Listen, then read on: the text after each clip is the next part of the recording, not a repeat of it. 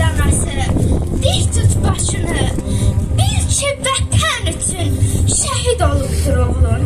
Ağlama, dərd çəkmə, sil gözünün yaşını. Bilirəm, ağırdır, qaynayır yaran. Bilirəm, həsrəti qəlbini didir. Məzara qoyduğun o diğer parçar, dağ çəkib qəlbinə yaran incidir. Məzlumda dayanıb bağrımı yarma. Oğlan şəhid olubdur, qazandı şərəf. Dostları içində onu axtarma. Ruhum pərvaz etdi Rəbbinə tərəf. Təxrinə onunla, ona yaz saxlama.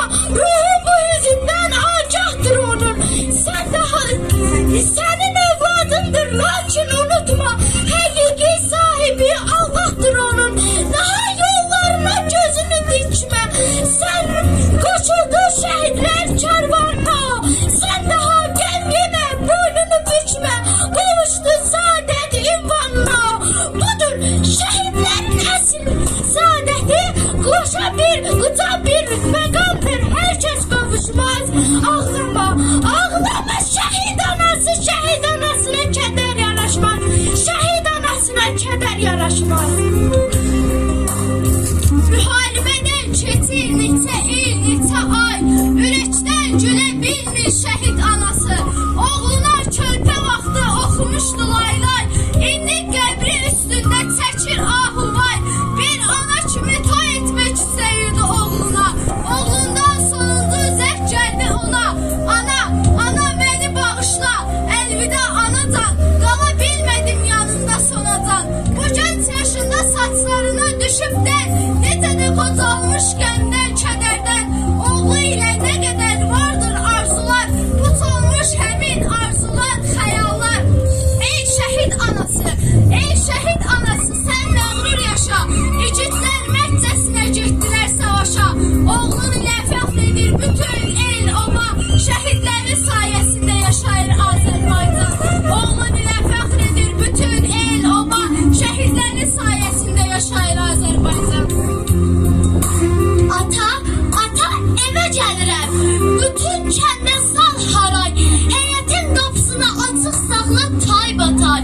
Biraz da qaldır göyə, biraz da qaldır göyə divardakı bayrağı. Rəqs vəcinə gətirsin hər təpəni, hər dağı.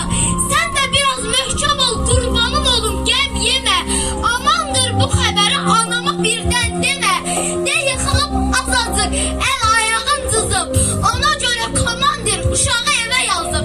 Ya da de ki sürüşüb, əzilib qolu çıxıb. Ya da de ki darıxıb, bizim üçün darıxıb.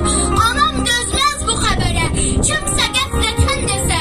Ona görə nə olur, sən özün necəsən. Salam ata, buna mən görüşmürük insandır. Quzu balan dediyin indi bir qəhrəmandır. Sahamat mərdliyimdən hələ çox danışacaqdır. Eşitdikcə kədərin sevincə qarışacaqdır.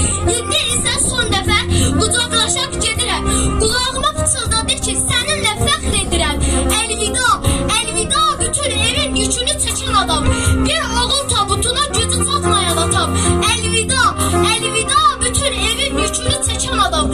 Bir oğul tabutuna gücü çatmayan atam. Bir oğul tabutuna gücü çatmayan atam. Arzun qaldı yarım, gecə dirək sənsizləşdi. Heç atmayan yaşın kimi şəklin daş üstə dirləşdi. Sənsiz qaldı anan atan, nakam köçdü bu dünyadan. Hər kəs anır səni bugün, yad eləyir ey qəhrəman. Sən şəhidsən, müqəddəssən, toxunulmaz bir yerdəsən.